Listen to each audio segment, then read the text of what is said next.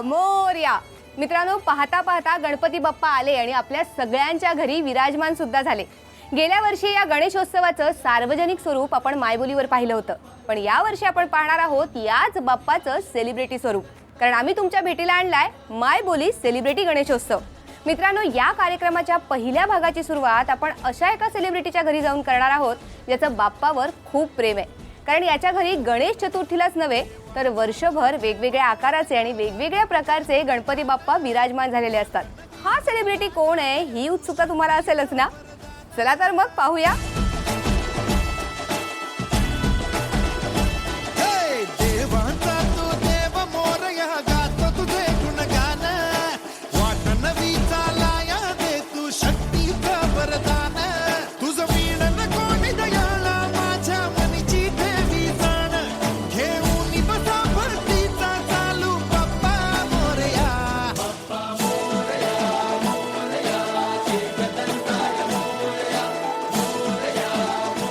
तर मित्रांनो, हा आहे संतोषचा बाप्पा. आणि संतोष, मला वाटतं खूप विचारायचं आहे बाप्पाबद्दल, पण तुझ्या घरी आम्ही जेव्हा आधी आलो होतो याच्या आधी तर खूप सारे बाप्पा तू तिथेही जमवून ठेवलेले आहेत आणि हा तर तुझ्यासाठी स्पेशल असेलच. डोंबिवलीलाच बसतो दरवर्षी?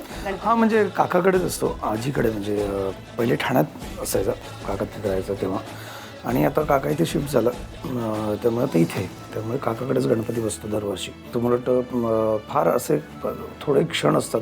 मला वाटतं की लहानपणी आपण सुट्टी लागली की काकाकडे जा, मावशीकडे जा, मामाकडे जा, मामीकडे जा, सुट्ट्या घालवायला गावी वगैरे. पण आता एकदा मग सगळ्या कामाच्या गराड्यात सापडलो आपण, कामं वगैरे सुरू झाले की मग नातेवाईकांकडे जाणं फार कमी होतं. आणि मग किती जवळचे असले तरी जाणं कमी होतं कामाच्या निमित्ताने.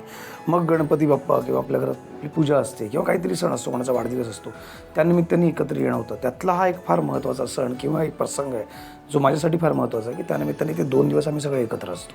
बाप्पाची मूर्ती खूपच सुंदर आहे, पण मग तू सिलेक्शनमध्ये किती पार्टिसिपेट असतो? नाही, किती भाग घेतोस? ही फार पूर्वी जेव्हापासून म्हणजे अगदी आम्ही जन्मालाही नव्हतं मी आलो असेल तेव्हापासून हीच मूर्ती आहे जी आजोबांनी सिलेक्ट केलेली आहे. अगदी एवढीच उंची, अशीच याच बैठकीची, आणि एवढी सुंदर दागिने घातलेत वगैरे.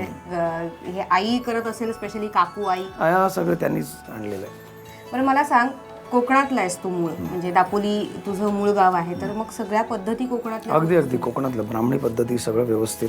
म्हणजे सकाळची पूजा ही सोहळ्यातलीच, प्रत्येक आरती सोहळ्यातच होते. मग ती मी करो, भाऊ करो, बाबा करो, काका करो, कोणी असो, आंघोळ करून सोहळं निसूनच आरती करायची. पण मग या गोष्टींसाठी आता म्हणजे संतोष जुवेकर संतोष होता तेव्हा सगळं मिळायचं, पण आता संतोष जुवेकर झाल्यानंतर आता या सगळ्या गोष्टी, सोहळं नेसणं किंवा पूजा करण्यासाठी किती वेळ मिळतो आता तुला? नाही, संतोषच आहे, अजून संतोष नाही झाला. किंवा जे काही संतोषला थोडंसं नाव मिळालं आहे किंवा तो ॲक्टर जे काही प्रयत्न करतो, जी काही इच्छा होती त्या क्षेत्रात येण्याची, त्या क्षेत्रात मी आलो ते बाप्पाच्या कृपेमुळे, घरच्यांच्या आशीर्वादामुळे.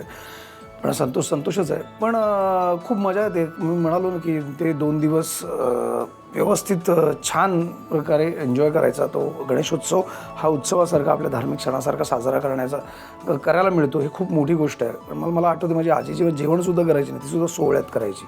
मला सांग, डेकोरेशन खूप सुंदर झालंय आणि मला वाटतं की लहानपणापासून आपण डेकोरेशन वगैरे करण्यामध्ये फार गुंतलेलो असतो, तर ह्यात तू किती भाग घेतोस या सगळ्या गोष्टींमध्ये? लहानपणी खूप घ्यायचो, आता नाही. ते सगळं भावाने केलंय माझ्या मनापासून. तुम्ही काही करा, साधा एक थर्माकोलचा तुकडा जरी बागे ठेवला ना मनापासून, सुद्धा बाप्पाला चालतो. पण तुझ्या आठवणीतलं एखादं वर्ष सांग ना, असं की ज्या वर्षी तू तुझ्या मनातलं डेकोरेशन केलं होतंस, किंवा असं एखादं वर्ष आमच्याशी शेअर. मला आठवतं ना, कॉलेजमध्ये असताना तेव्हा ठाण्याला गणपती बसायचा, तेव्हा आम्ही सार्वजनिक गणेशोत्सव पण तिकडे साजरा होतो जोशीवाड्यामध्ये, दत्ताच्या देवळात. तर तिकडे पण आणि घरात पण, दोन्हीकडे मी डेकोरेशन करायचो. थर्माकोल वगैरे कटिंग करणं, पेंट करणं, रात्रभर जागून डेकोरेशन करणं.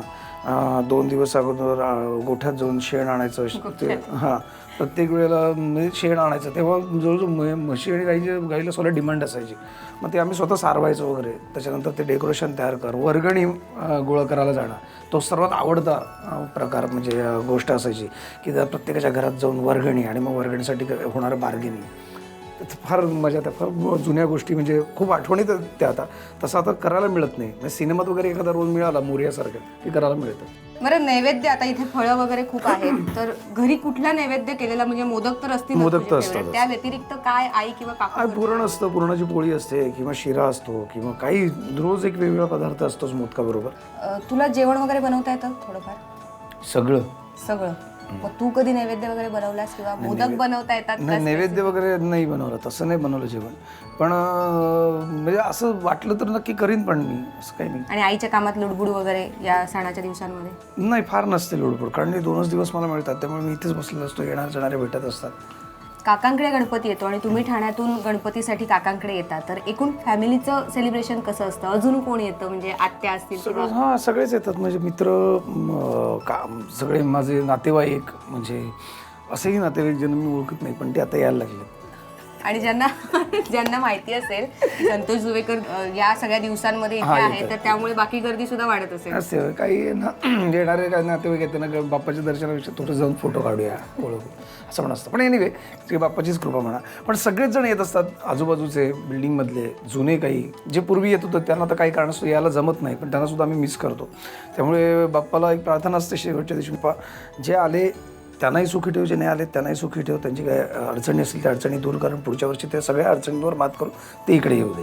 आणि तू काय मागतोस बाप्पाकडे तुझ्यासाठी? काय नाही, बस कृपादृष्टी ठेव माझ्यावर. काही चुकलो तर ती चूक मला सुधारण्याची संधी मिळू दे.